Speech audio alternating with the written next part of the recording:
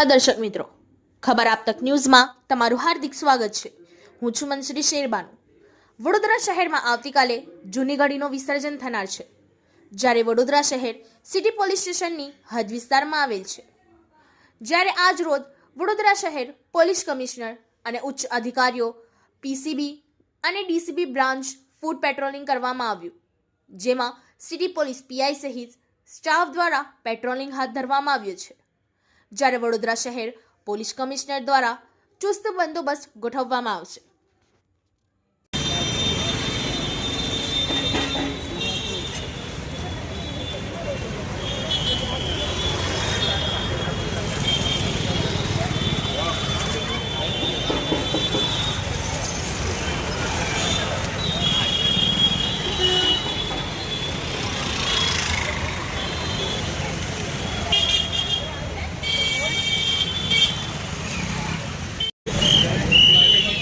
વિભાગ કઈ રીતથી સજ્જ છે તે અંગેની પણ આપણે માહિતી મેળવીશું।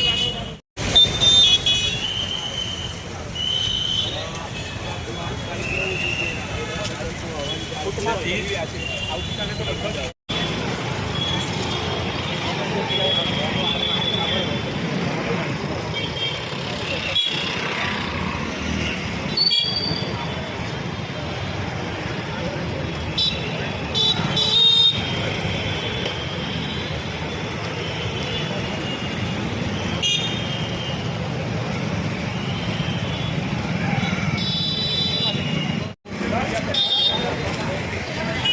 આરએફ કે એવું દર વર્ષે વધારાના રેપિડ એક્શન ફોર્સ આવતી હતી। આ વર્ષે પણ કદાચ આપણે 1-2 દિવસમાં આપણે તૈનાત કરવાની તૈયારીઓ છે।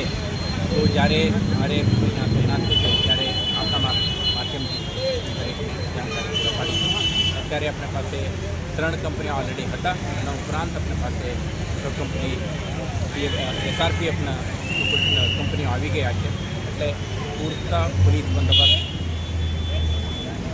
માટે અધિકારી કર્મચારીઓની જરૂર હતી આપણે મળી ગયું છે। આનાથી આપણે વિસ્તૃત બંદોબસ્ત વ્યવસ્થા સુરત કચ્છ ભુજ વડોદરા ગ્રામ્ય જે પ્રકારે ઇન્સિડન્ટ થયા છે, સોશિયલ મીડિયા પર વિડીયો વધારે વાયરલ થયા, તો એની માટે કોઈ ખાસ ટીમ આપણી વોચ રાખી રહી છે? રાજ્યના સંવેદનશીલતાને ધ્યાને રાખી સુરત કે અન્ય વિસ્તારોમાં જે ઘટનાઓ બની છે એ આપણે છેલ્લા 3-4 દિવસથી તમે જોઈ શકશો। આપણા વિઝિબિલિટી, આપણા પ્રેઝન્સ અને coordination exercise, confidence building exercise આપણે કરી રહ્યા છીએ।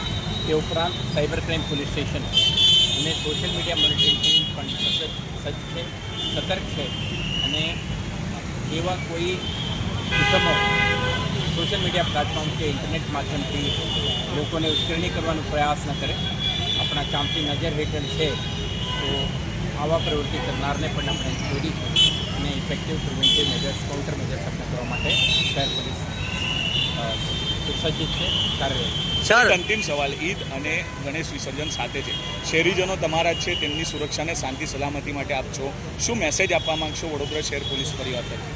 આ વખતે ઈદ 16મી તારીખે છે અને ચતુર્દશી 17 તારીખે, એટલે ગણેશ વિસર્જન 17 તારીખે।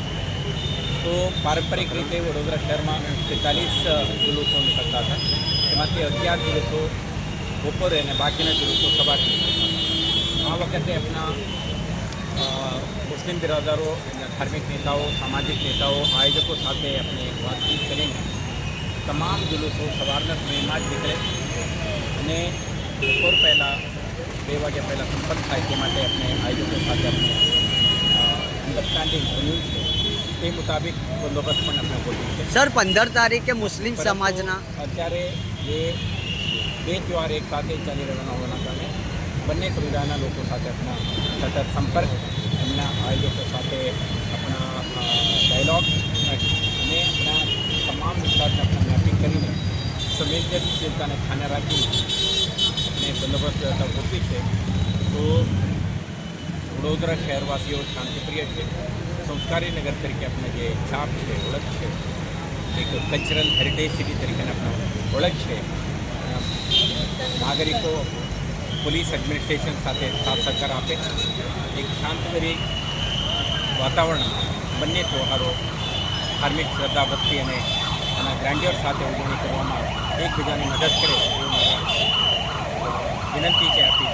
તો આ હતા વડોદરા इस वीडियो को लाइक करें, हमारे चैनल को सब्सक्राइब कर बेल आइकन जरूर प्रेस करें